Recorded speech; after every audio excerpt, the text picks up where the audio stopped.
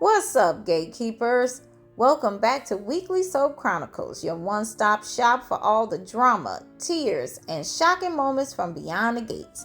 I'm your girl Phil, and today I'm diving into episode 115. Buckle up because this episode was good. But first, y'all already know what to do. Hit that like button, subscribe to the channel, and hit that notification bell so you never miss a recap with a little bit of flair. Let's get into it. So we start off with June, Martin and Smitty, and them ungrateful kids. So Martin and Smitty are happy when Samantha and Tyrell decide they're not interested in seeing their birth mom again. At the same time, June slowly absorbs the decision made by her children. She lashes out at Naomi, blaming her for the whole situation. "You did this," she shouts, ripping up the picture of her children. "You're the one who got me hoping for things that I'll never have, dreaming dreams. I wish I'd never seen their faces." Tears pouring down her little face, June accuses Naomi of having ruined her life and runs out of Orphe jeans. Meanwhile, Martin and the ear hustlers are thrilled when Smitty invites him to spend the night, even if it is on the couch. Okay, it's about time Smitty get a man a break. You know what I'm saying? He needs to ease up off Martin at this point. The man is in therapy, and how many times can he say he's sorry? Dang. Okay, let the man back in. All right. At the same time, Naomi is asking Jacob to track down June. And where do you think June dashed off to? Martin and Smitty's place. So June shows up, and they trying to figure out why she there. Martin says he's sorry, but the kids don't want her there. He offers to order her a car, but June starts yelling that the kids need to hear something else from her. Smitty says they are still digesting what happened last night. June assures them she's not there to hurt anyone, but wants to tell Samantha she knows what she sees when she looks at her like a monster. She yells until they mention calling Naomi. So of course she like, okay. I know you gonna call Naomi. I'm cool. Despite the men trying to talk her out the door, she shouts words of encouragement to Samantha, whom she's sure is listening in. The ear hustlers eventually come into the room so that June can offer them words of encouragement and love. The men sit on the stairs as June tells the kids how pretty she used to be and how good she was at math. "Tyrell, you got that from me." And this boy gonna say, "What, am I supposed to say thank you?" Ooh! She then is ready to leave with Naomi, and for a second it looks as if maybe the kids will give her a hug. But this show never goes exactly where you think it will, so there's no happy ending. Instead, June gives them one last look as she leaves. The kids are embraced by their dads. Now later in the episode, she asks Naomi and Jacob to help her get a job and a bed in a shelter, because one day her kids are going to need her, and she intends to be someone they can be proud of. Okay, side note. Tyrell and Samantha are annoying to the 10th degree. Oh, I don't like them. All June wants is to have a relationship with them. She not trying to take them away from Martin and Smitty. And they acting like they 5 years old. "We are so glad she gave us up because then we wouldn't be living with our two dads who love us and blah, blah, blah." They are old enough to understand that June had a pharmaceutical problem and wasn't in her right mind at the time. They act like they all scared to even touch the woman. "Do I hug her? Do I shake her hand? I don't want to touch her."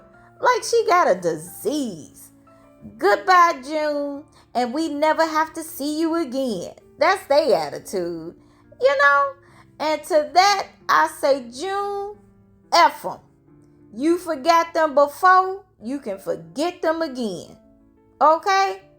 And now, I'm going to go back to calling them the Whirlsome Twins.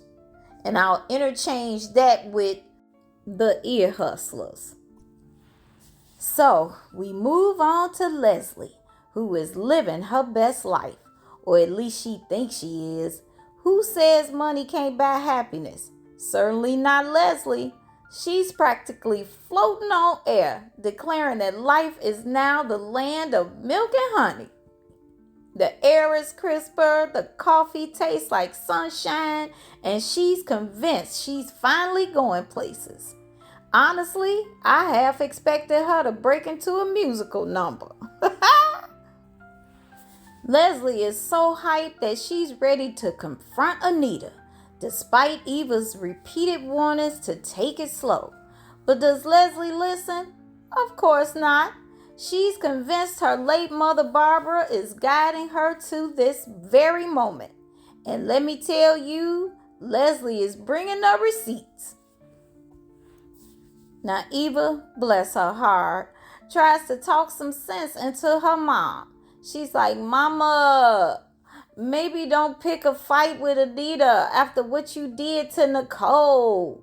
But Leslie, oh no, she's on a mission. She accuses Eva of hating her happiness and declares, vengeance is mine, baby girl, and it's going to be delicious. Now back at Dupree Manor, Vernon isn't too thrilled when Anita informs him that Leslie is on the way. He has a Zoom call and Anita suggests he go ahead and take it while she handles Leslie. She's sure Vernon didn't father a child with her. But could he be Leslie's father? Okay. Anita hopes to get this over with and fast.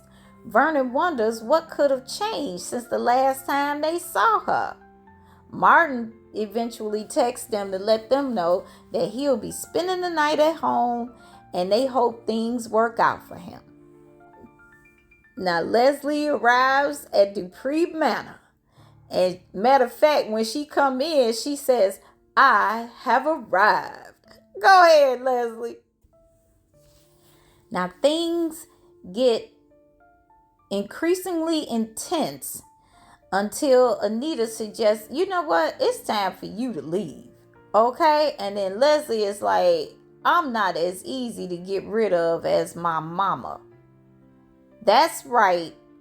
Barbara was my mother. Leslie, I know she took her own life. Anita, you don't know what you talking about. Leslie, well, I tell you what, you tell me what happened to Barbara. You owe me that. I don't owe you a damn thing. No, you owe Barbara. You broke her heart and she was in so much pain. Don't talk about things you know nothing about. She did it because of you, didn't she? She was so tired of fighting you, so she gave up. Everything just had to be your way, Anita. Like I said, you haven't changed a bit.